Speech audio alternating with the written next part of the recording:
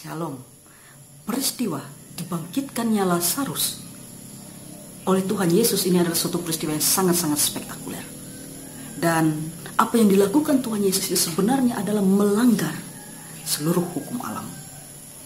Tapi Bapak Ibu Saudara, pasti ada tujuan kenapa Tuhan Yesus sampai harus melakukan hal tersebut. Tujuan itu jelas. Yang pertama adalah untuk menyatakan kemuliaan Allah. Melalui pekerjaan Yesus, melalui mukjizat yang Ia lakukan, bahkan juga melalui setiap sakit kita, melalui setiap penderitaan kita, di situ kemuliaan Allah itu akan dinyatakan. Dan yang kedua adalah Tuhan Yesus hendak menyatakan bahwa Ia adalah benar, sumber keselamatan, sumber kebangkitan. Dan pernyataan dari Yesus bahwa Ia adalah kebangkitan dan hidup ini mengingatkan kepada kita bahwa begitu berkuasanya Tuhan di dalam kehidupan manusia. Bahkan juga bukan hanya kehidupan manusia, tetapi di seluruh kehidupan alam semesta, Tuhan itu begitu luar biasa. Dan ini kemudian mengingatkan kepada kita bahwa sebenarnya kita tidak bisa hidup terlepas dari Tuhan. Menolong kita untuk memandang secara baru segala sesuatu yang terjadi pada saat ini. Yang pertama adalah orang Kristen, ia memandang penderitaan itu adalah dalam tujuan untuk menyatakan kemuliaan Allah. Maka dengan demikian bahwa tidak ada satu manusia pun yang ingin menderita, entah dengan berbagai macam sakit penyakit, bahkan juga wabah COVID-19, kegagalan, bahkan pergumulan-pergumulan yang lain.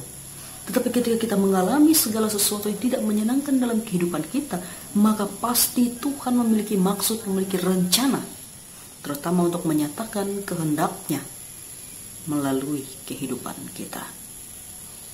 Kita percaya bahwa ada kehendak Tuhan yang hendak Tuhan nyatakan pada saat ini. Salah satunya adalah ketika kita bisa beribadah di rumah kita masing-masing. Kita bisa beribadah bersama dengan keluarga kita. Kita bisa kembali menyadari satu hal yang sangat penting, bahwa keluarga itu adalah persekutuan terkecil, gereja yang paling dasar dalam kehidupan manusia. Nah, hal yang kedua adalah kita bisa diajak untuk melihat secara berbeda lagi tentang hal bahwa orang Kristen itu belajar beriman, belajar berhikmat di dalam penderitaan.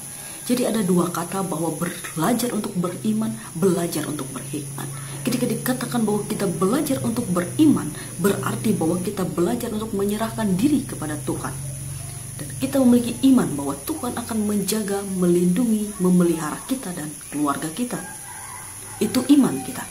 Tapi di satu sisi yang lain bahwa juga kita harus belajar beriman juga bahwa pertolongan Tuhan itu akan Tuhan nyatakan melalui himbauan pemerintah, tenaga medis, gereja yang akan dan harus kita turuti. Artinya bahwa COVID-19 ini harus dihadapi dengan iman kepada Tuhan dan juga hikmat untuk menjaga diri sendiri sesuai dengan protokol kesehatan. Dikasih Tuhan, penderitaan kita, pergumulan kita yang kita hadapi pada saat ini, itu tidak pernah lebih berat daripada penderitaan yang sudah Kristus alami karena kita manusia. Dia sudah menderita, dia kemudian disalibkan, dan dia harus mati untuk menebus setiap dosa-dosa kita. Karena itu sebenarnya penderitaan yang paling berat sebenarnya adalah penderitaan yang dialami oleh Kristus sendiri. Jangan takut dengan penderitaan yang kita alami pada saat ini, karena kita punya Tuhan yang begitu luar biasa. Dan itu tetap berdoa, tetap beribadah, tetap juga menjaga kesehatan diri. Tuhan memberkati. Amin.